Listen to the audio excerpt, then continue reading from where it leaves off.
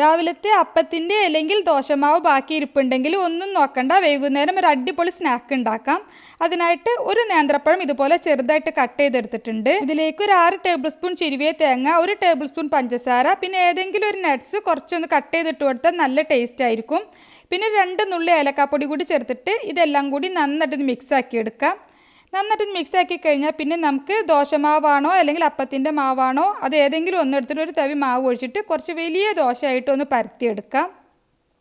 Size നമ്മളുടെ ഇഷ്ടത്തിനനുസരിച്ച് ചെയ്യാം. നന്നായിട്ട് കനം കുറച്ചിട്ട് ഇതുപോലെ പരത്തിയെടുക്കാം. അതിന് മുകളിലേക്ക് നമ്മൾ ഉണ്ടാക്കി വെച്ചിട്ടുള്ള ഫില്ലിങ് മുഴുവനായിട്ട് നിരത്തി ഇട്ട് കൊടുക്കാം. ഈ ഒരു സൈസിലുള്ള 2 സ്നാക്ക് ഉണ്ടാക്കാനാണ് ഈ ഒരു അളവിൽ പഴത്തിൻ്റെ ഫില്ലിങ് ഉണ്ടാവുക. അതിന് മുകളിലേക്ക് ഒരു 1/2 ടീസ്പൂൺ നെയ്യൊന്ന് ഒഴിച്ചു കൊടുക്കാം.